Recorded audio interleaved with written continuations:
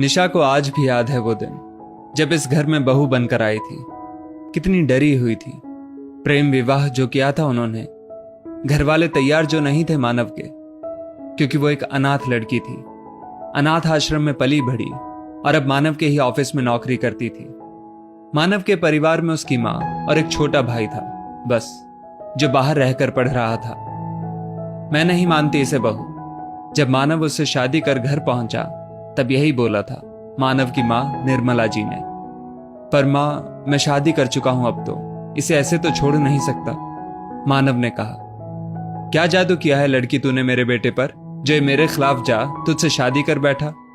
माँ जी, इतना ही बोली थी निशा की निर्मला जी चिल्लाई, चुप बिल्कुल, अपनी जबान से मुझे माँ मत कहियो। ये बोल अंदर चली गई वो घर के। मानव उसे लेकर कमरे में आ गया। देखो निशा, माँ की बात का बुरा मत मानना, वो दिल की बुरी नहीं है, बस पापा के ना रहने पर उन्होंने अकेले हमें पाला है तो थोड़ी चिड़चिड़ी हो गई है।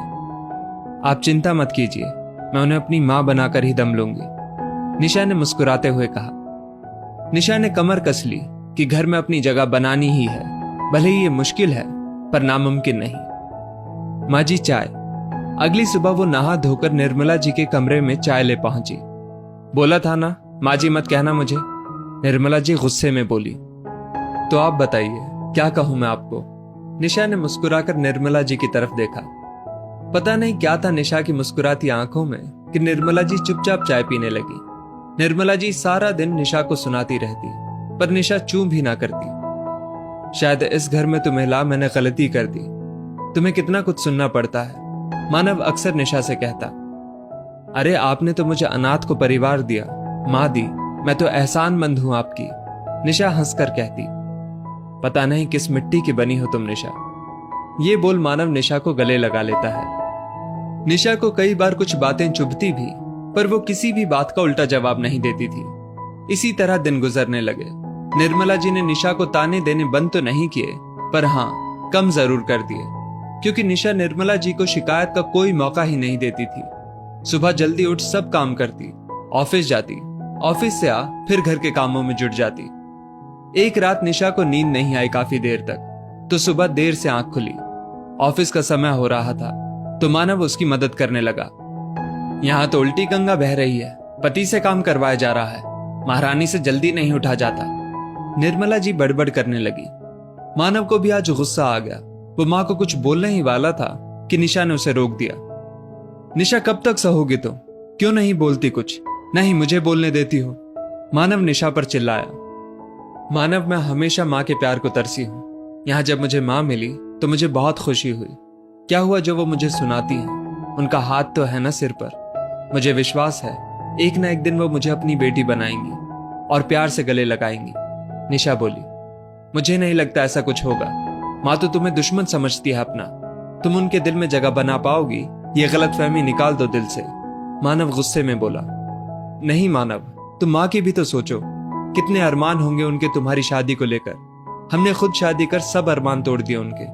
उन्हें तो उम्मीद होगी अपनी पसंद की अच्छी बहू आएगी, और उनके घर आ गई मैं, एक तो अनाथ ऊपर से अनाड़ी, निशा बोली। निशा, मानव कुछ बोलने को हुआ तो निशा ने उसके मुंह पर हाथ रख कहा, नहीं मानव, ये एक बहू, एक बेटी के धैर्य की परीक्षा है, जो एक सास एक माँ ले रही है, और मुझे ये परीक्षा पास कर अपनी माँ को पाना है। तुम इसमें कुछ मत बोलो, अनाथ होने का दर्द मैं जानती हूं। निर्मला जी जो बाहर से सब सुन रही थी, उनकी आंख भर आई। ये लड़की मुझे कितना प्यार करती है, मेरा सम्मान करती है, मेरा तिरस्कार सहकर भी इस आस में है कि मैं इसे गले से लगाऊंगी। और मैं क्या कर रही हूं इसके साथ। अरे शादी तो मेरे बेटे ने की इसके साथ, इसमें इसका क्या दोष। निर्मला जी मन में सोचने लगी। नहीं बेटा, तू अनाथ नहीं है, मैं हूं ना तेरी मां। निर्मला जी रसोई में आ बोली।